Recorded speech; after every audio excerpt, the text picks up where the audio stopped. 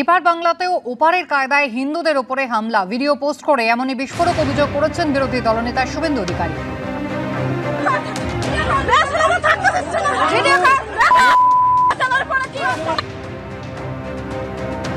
ডালখোলা থানা এলাকায় হিন্দুদের উপরে হামলা চালায় দুষ্কৃতীরা।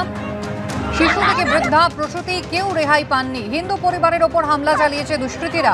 মমতা বন্দ্যোপাধ্যায়ের আমলে ভোট ব্যাংকের মাসুল গুনতে হচ্ছে বাংলার হিন্দুদের। দোষীদের বিরুদ্ধে কড়া ব্যবস্থা নিন ডিজিপি। ঘটনাস্থলে যাওয়া উচিত জাতীয় মানবাধিকার এবং মহিলা কমিশনের এক্স হ্যান্ডেলে পোস্ট বিরোধী দলনেতা শুভেন্দু অধিকারী।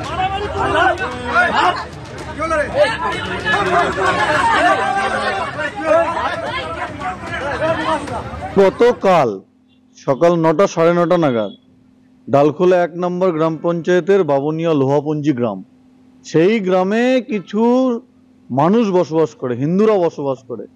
আর সেই হিন্দুদের জমি দখল করার জন্য সেইখানকার পঞ্চায়েত প্রধান, তৃণমূলের পঞ্চায়েত প্রধান, তার উস্কানিতে, তার নেতৃত্বে মোহাম্মদ মিনাজ, মোহাম্মদ আবিদ, নামগুলো শুনুন আপনারা, মোহাম্মদ মিনাজ, মোহাম্মদ আবিদ এবং সেই পঞ্চায়েত প্রধান, তিনিও এই ধরনের নামের অধিকারী, তারা মিলে সেই বৃদ্ধ আর অন্তঃসত্ত্বা পুত্রবধূ, নাবালক নাবালিকা, তাদের উপরে আক্রমণ করে অতর্কিতে নয়, প্রি প্ল্যান কয়েকশো মুসলিম তারা সেখানে একত্রিত হয়ে লোহার রড, লাঠি, সোটা এগুলো নিয়ে সেই বাড়িতে আক্রমণ করে কিনা তাদেরকে সেখানে থাকতে দেবে না। বিরোধী দলনেতা যাই টুইট করে থাকুন, কোনো একটা ঘটনার কোনো একটা বিচ্ছিন্ন অংশ বা কয়েকটা সেকেন্ড এগুলো দিয়ে কিছু বোঝানো যায় না। সবচেয়ে বড় কথা, এনাদের আবার এই যারা এইসব রটান তাদের অভ্যাস আছে অন্য রাজ্যের ছবি, অন্য এমনকি সিনেমা থেকেও ছবি,